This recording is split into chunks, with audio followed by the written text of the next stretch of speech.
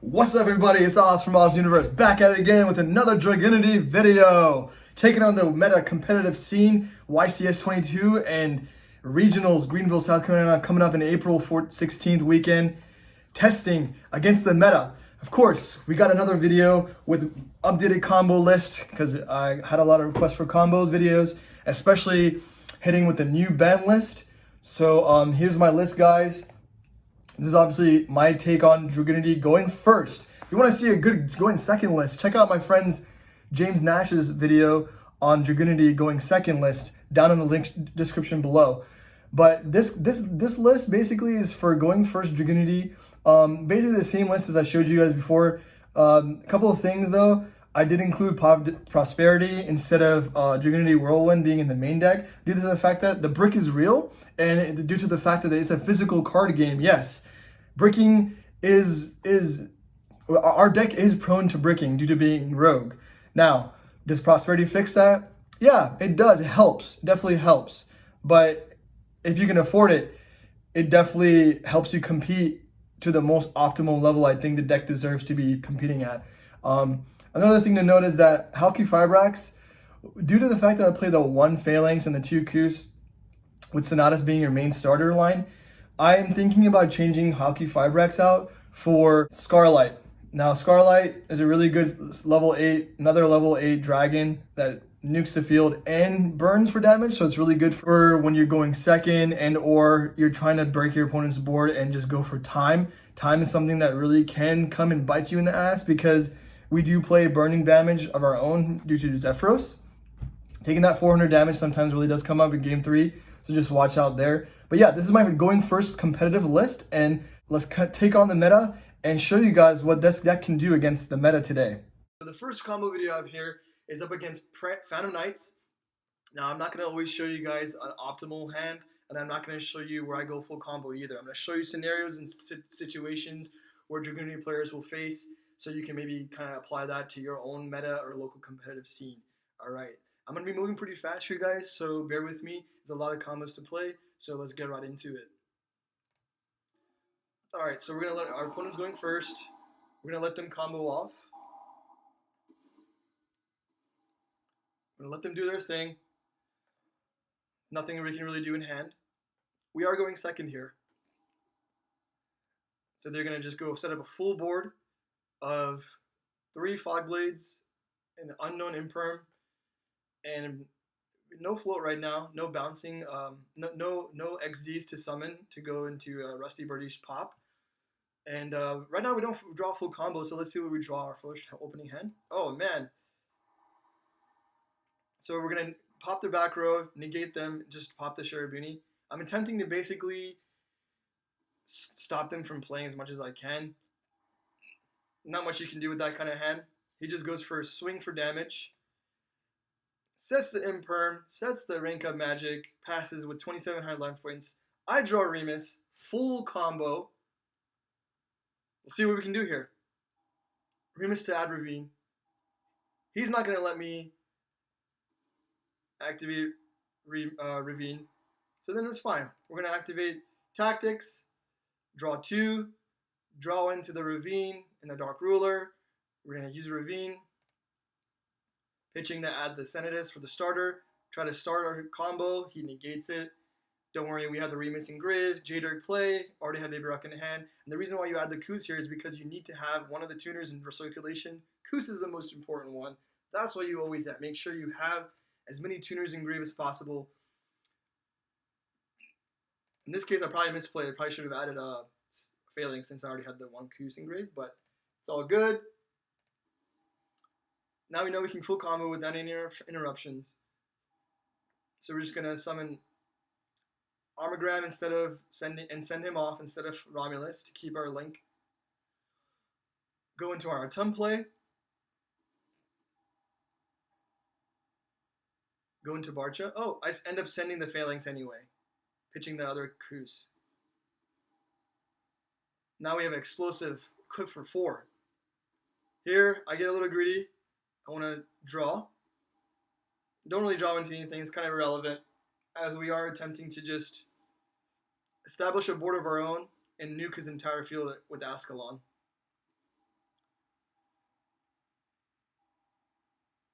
Now we use Ascalon to nuke his entire board, and he quits. That's game. Alright, so our second combo is against Virtual World. He makes us go first, although I'm thinking I'm going second. This is what I draw, and this is how we end up playing the route. We go Remus, he ashes it. Or the Ravine, at least. I set Hurricane and pass. We can activate the Brave token, kind of do some plays here. We're just trying to establish our board and try to not get killed.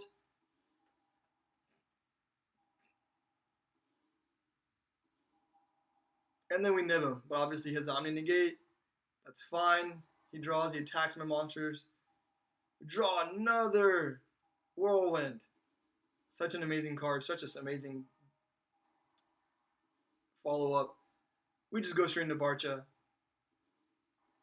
Go into Ascalon. Go into J-Durg.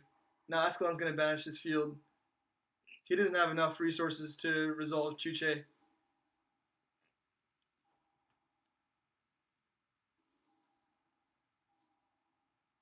Now we're going to go the Tum route. Filling up our grave. Summoning the Armogram. Bouncing it back just to summon Armogram back. Just to establish enough monster power. And he quits. The next video we're going to be in Sky Striker. Let's see what we can do here. He's going first. He adds and I immediately draw him right away. Pretty high impact as he knows he can't go into his spell plays, so he just ends his turn.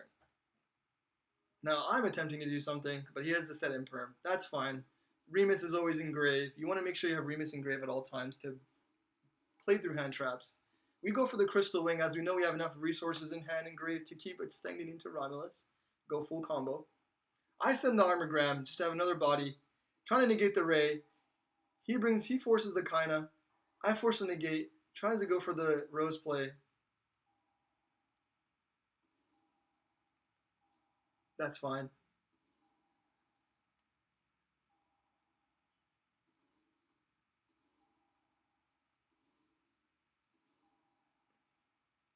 Barcha, equipping for 1. We're just opening up our zones for the Pisty route. And this is really important in reaction you guys want to know. As you know, Ray has a graveyard effect where if a monster leaves the field, she gets to come back out and she can tribute herself to summon another link. Triple Burst has a neat effect where you can get the activation of a card effect during the damage step. So always remember, read your cards, ladies and gentlemen. Negate that, I just attack, and then I just go into Spheres and J-Durg for Savage Dragon. He ends up drawing the Solemn Strike.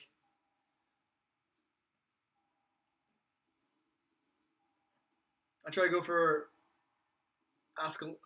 Arid Bear, nothing happens. Summon the Armogram, and he knows his game. Alright, this is another good matchup where basically I draw Remus, which is basically for combo, but opponent has like a lot of hand traps. So this is a pretty interactive game, and let's see how we can keep our tempo playing against this deck. Going second. You want to stop the normal summon. That's a pretty choke point right there for SwordSoul. So now I go Remus, add Ravine. He ashes it. Okay, we're going to try to draw. We'll open that. Okay. Playing with the best we can get, and just setting up spheres. Activate spheres to get the Tempest. Setting the Tempest, setting the Koos. Have the normal summon. He curls it. Now we have Armogram, banishing the Tempest.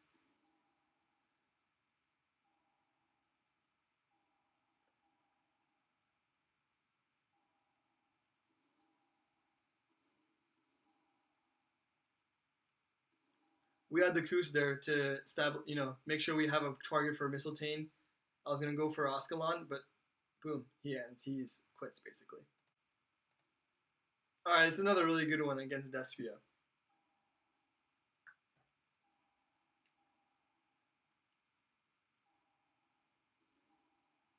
So now we're gonna go our combo.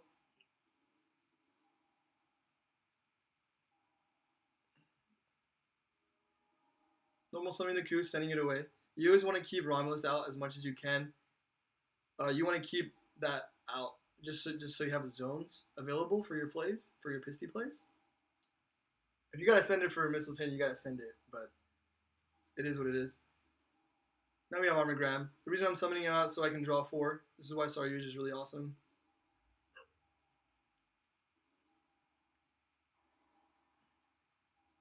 So now we're going to set up basically a full board of Arid Bear, Savage, and Spheres. We also have the backup in terms of Blizzard gives you a spell negate. Setting the Blizzard, setting the Call By.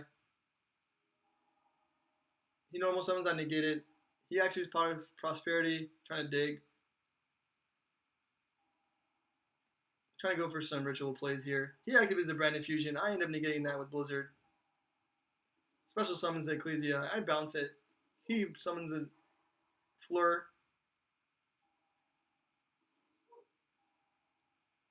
Another turn, I summon Goliath to force him into the battle phase. He ends his turn. And basically, it's game.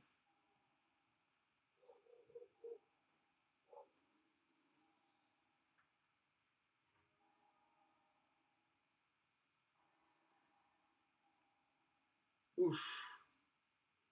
Call by save me right there for the punishment. All right, this is another really good one where opponent opens up basically 3 hand traps, and we're going to try to play with it. We have a really good hand, opening hand, so let's see how we can play through this.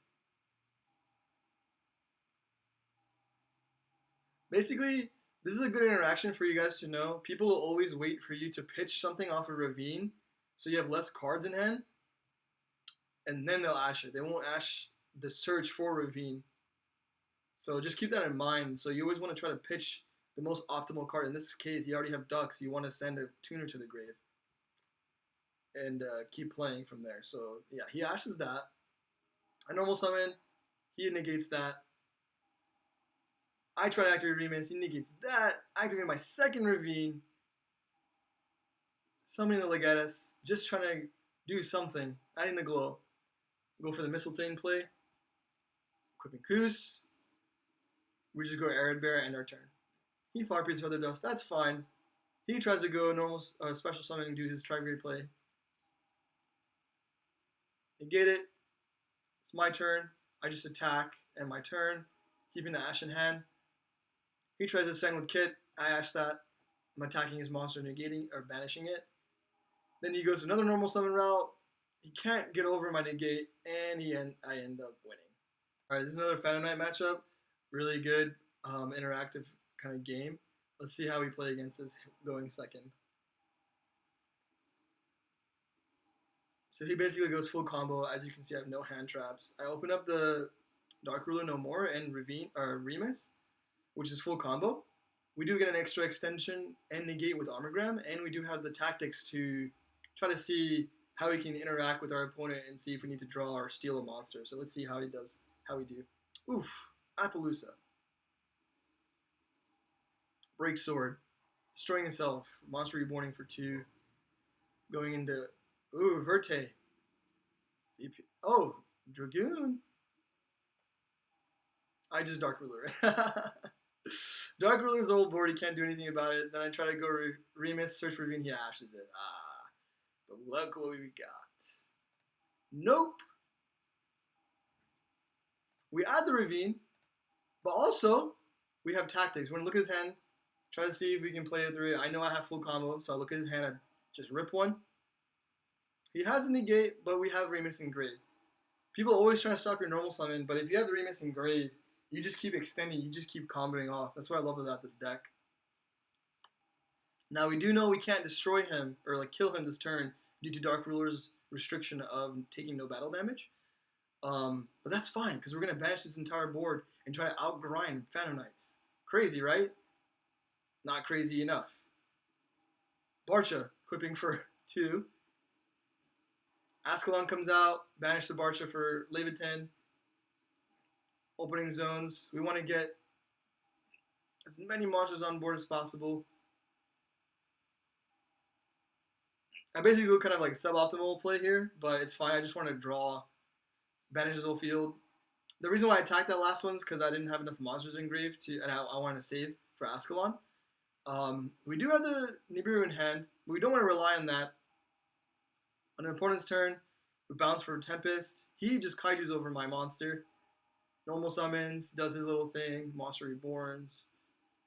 Trying to extend. We want to wait, and boom, Nibiru comes out. He goes in main 2, ends his turn. He still has negate. With the set Fogblade here, let's try to see what we can do. This is huge. He negates the Mistletoe. I was going to go for Arid Bear. That's fine. The last play we can really do now is Boral Sword. Just go Boral Sword attack. Can't be destroyed by battle. Praying our opponent really doesn't do anything. He destroys it. He sets up a Time Thief. Redoer. Nice. Attaching my Sonatas. I get a normal summon. With no effect. I should have looked at my grave. Look at your grave, ladies and gentlemen. Armogram equipped my Time Thief, and then I ended up summoning it due to the second effect of... And then he activates... Oh my gosh. Oh my gosh. Hold on, I think we missed that. Hold on. Oh man.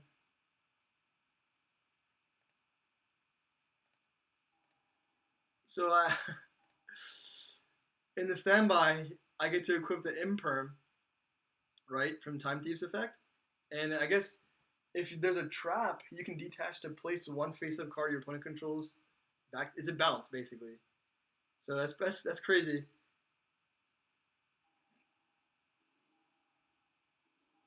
I end up bouncing his card to banish it instead. And he has nothing else he can do. That's game. Alright guys, so the last matchup we have here is against Invoked Dogmatika. He has the Imperm and Nib in hand. We draw full combo. Let's try to see what we can do here. And I'm going first, so what I'm doing here is playing very carefully. I play not around Nibiru at all. So I get the search from Glow, and I've already normal summoned.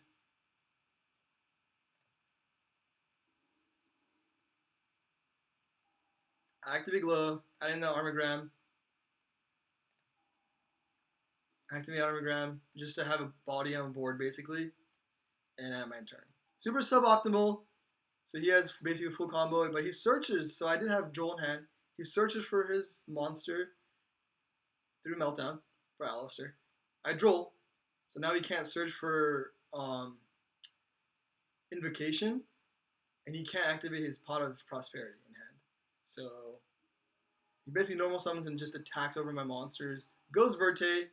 Goes for DPE. So that's one. Imperm, and he has the Shaddoll Schism set. I knew he has Schism, but the Imperm was unknown. And passes. So now, first things first, we're going to bring out Armogram. Okay. We're going to try and negate and force out the DPE. He's obviously not going to let that happen as an ignition effect, not a quick effect. He pops it. It's fine. We have Ravine still. And that's what we want. He activates the Schism for no reason. I guess he didn't have targets for Winda. Normal summon Koos and special summon Remus. Going to Romulus to get negated for no effect, just attack. Then in standby, he obviously recurs. He gets everything this time. But instead, he goes for Invoked Algoides. I don't know why he did that. So we just keep bringing back Armogram, but this time we're banishing Tempest for the search for Remus. End up getting Ducks. We bring out the Barcha. Glow for our own J-Durg. You want to know what your cards do, so always keep that in mind. Interactions are crazy. Scoldred here to draw 4. Okay. Now we have taxes. We're just going to steal his monster. Monster Reborn and just attack, and he already knows it's over. There you have it, ladies and gentlemen. So that pretty much wraps it up, guys. Thanks for watching the video. Let me know what you guys think. Let me know if Dragunity can compete with the meta. I've shown a lot of matchups. Let me know if you want to see any more type matchups. Let me know if you want to see a more slow, detailed video of me showing the combos and seeing the routes that you want to go. I know I move pretty fast.